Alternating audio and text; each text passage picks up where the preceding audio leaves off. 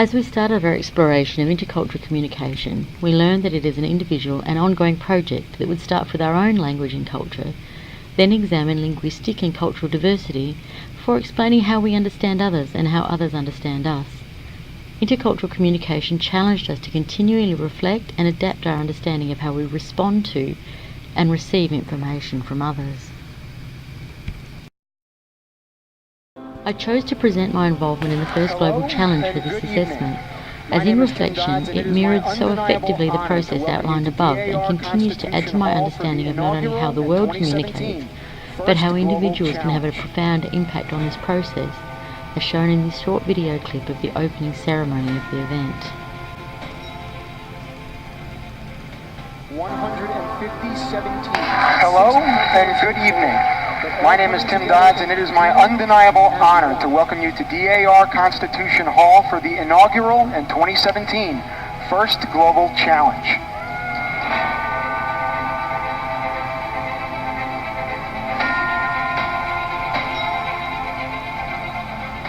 "157 teams in 6 continents in total, but all coming together in convening as one."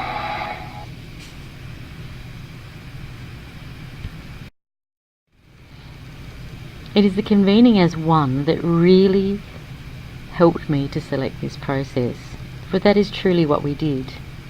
The first global challenge was conceptualized by inventor Dean Kamen and the Israeli Prime Minister Shimon Peres, as we were told by Dean Kamen at a lunch in 2017.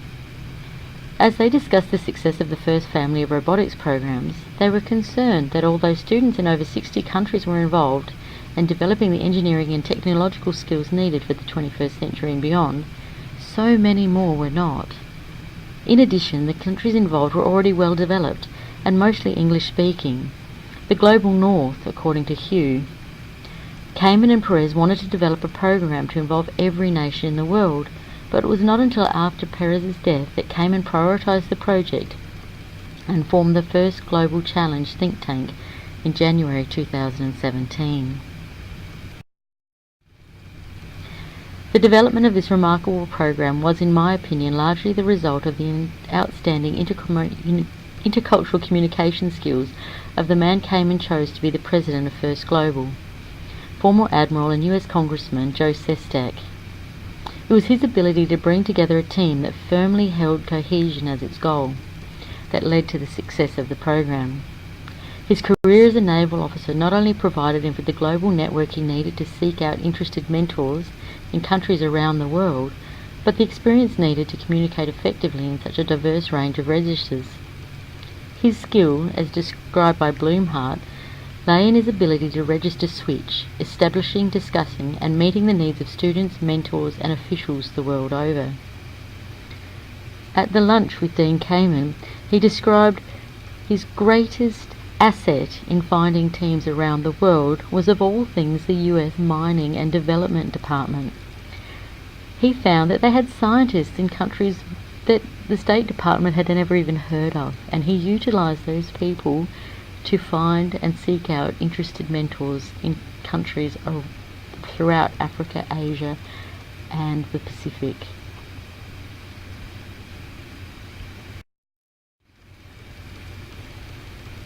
The competition was to be held in Washington, D.C., and the newly elected President Donald Trump, in reaction to the public's perceived vulnerability of the linguistic identity of the nation, had just announced a travel ban which impacted several of the teams involved.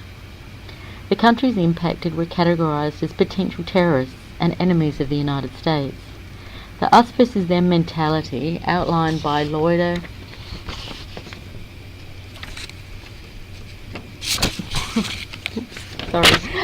Marsland and Neckverpil, is a method of developing membership categories, not for present representation, but to set up further actions. It certainly caused a chain of events that eventually led to the acts of incredible cohesion.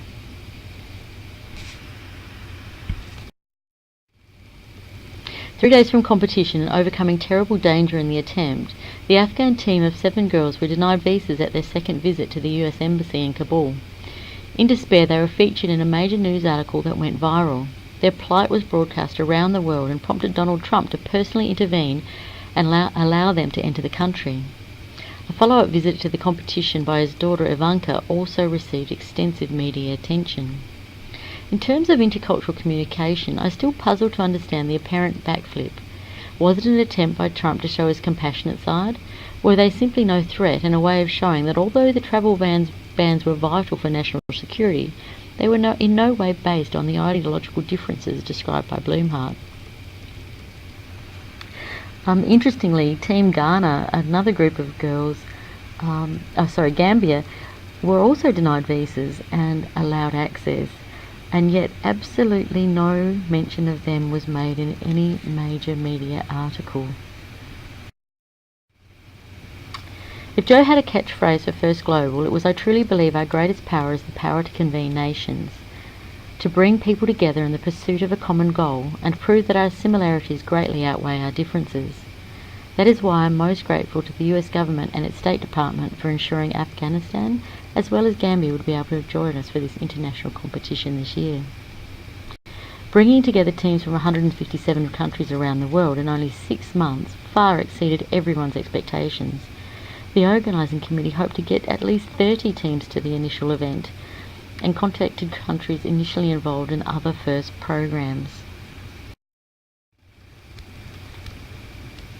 In January, my team and I were asked to consult on the project. We had been invited to China in 2015 to help develop creative thinking and robotics skills at the World Adolescent Robotics Championships. We were very successful, and though we won the event, it was actually our determination and dedication to ensure every other team entered was successful that earned us the reputation that led to our first global involvement. My team of 6 had spent hours mentoring the Chinese teams, writing and debugging programs, helping with design and mechanical repair, and sharing our engineering notebook. I can confidently state we enabled at least 5 of the teams to game in the field at all, and when one team reached the semi-finals, their coach brought the interpreter to individually thank each of our team members for their contribution. And yes, you are correct, not a single member of my team spoke Chinese, and the students we worked with were rudimentary in English at best.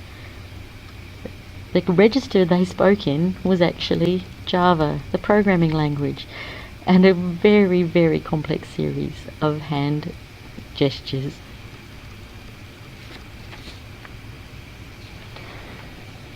In that time, we made a simple offer to help translate all the training materials for the teams around the world. For the diverse multicultural community of Adelaide, we felt confident we could help with 2 to 3 languages. It was quickly apparent that this had not been thought of, and within days we had 3 videos and a website to translate into French, Spanish and Portuguese, which with English are the languages used by the most countries around the world. They were needed in a week, and we quickly formed the first global translation corps, bringing in students across our school, and with the help of family and friends around the world, we accomplished what seemed like an impossible task. In the end, we managed to translate these and many other documents into over 14 languages. While Blumhardt states that language is not the key to international communication or intercultural communication, our experience showed that it was certainly the first step to commitment, trust, and a willingness to open dialogue. An example of this is that shortly after the Czech translation was uploaded, a team from that country joined the group. It was the Swahili language, though, that I think made the biggest impact.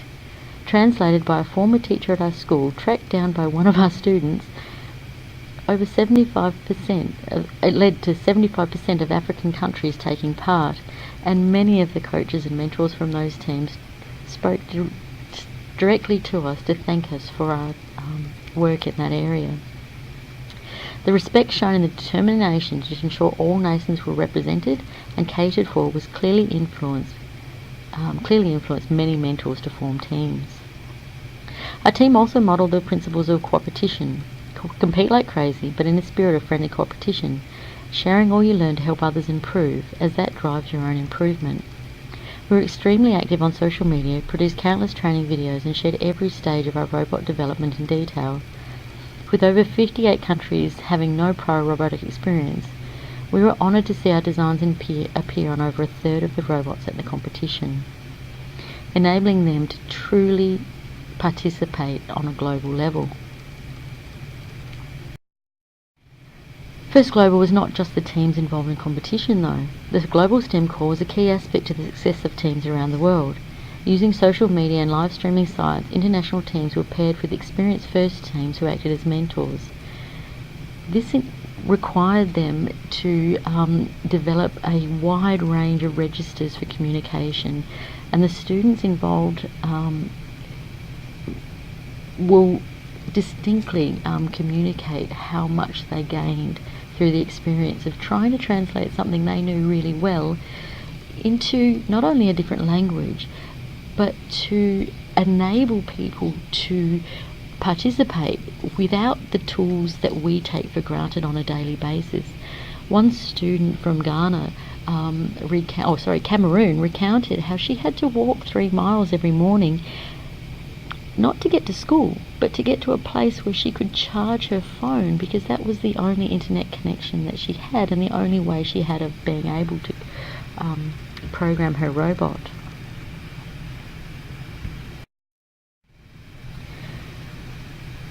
I've constantly reflected on the enrichment I experienced as being part of such a diverse mentor group.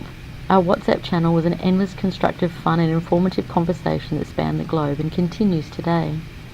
I learned of the history of Poland, the difficulties experienced by my African colleagues attempting to retrieve their kit from corrupt or even non-existent officials, the terror of life in Venezuela, and so much more. The first-hand accounts and resilience shown were true examples of interdiscourse communication, outlined by Scollin and Jones.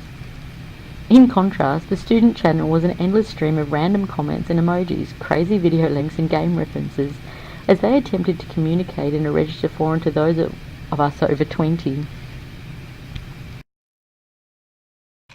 Welcome to the national treasure of 157 countries. It's great to have you.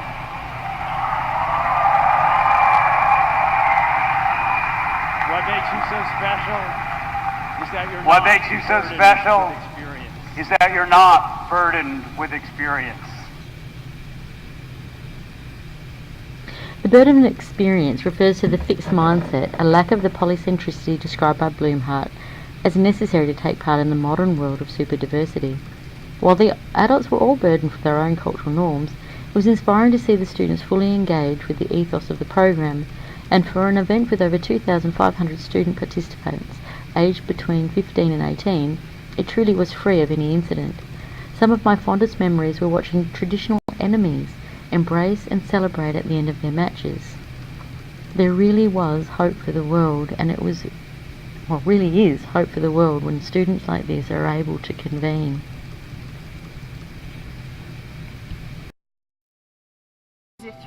In conclusion, I leave you with this video, which so clearly outlines that ethos. International travel. Is it through education? Advancements in technology? International travel. A supportive cheer. But how about with a smile? A friendly embrace. And the exchange of ideas. A supportive cheer. That we can inspire the next. It is through collaboration, dedication, and the exchange of ideas that we can inspire the next generation of change makers, innovators, and leaders. Communities, countries, and all continents. You are the lanterns lighting the way for your communities, countries, and all continents. Throughout your time here, you've already learned many things, made friends from across the globe, and served as ambassadors for your country. And as the 2017 First Global Challenge comes to an end, you are not walking away from Constitution Hall and all that you've accomplished here. You are walking toward the future, a future that is brighter because you're in it.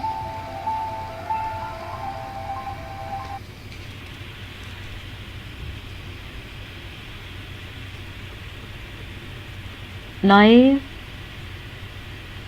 You may think so, but being at that event clearly showed what is possible with the willingness to work together, communicate, and think of others.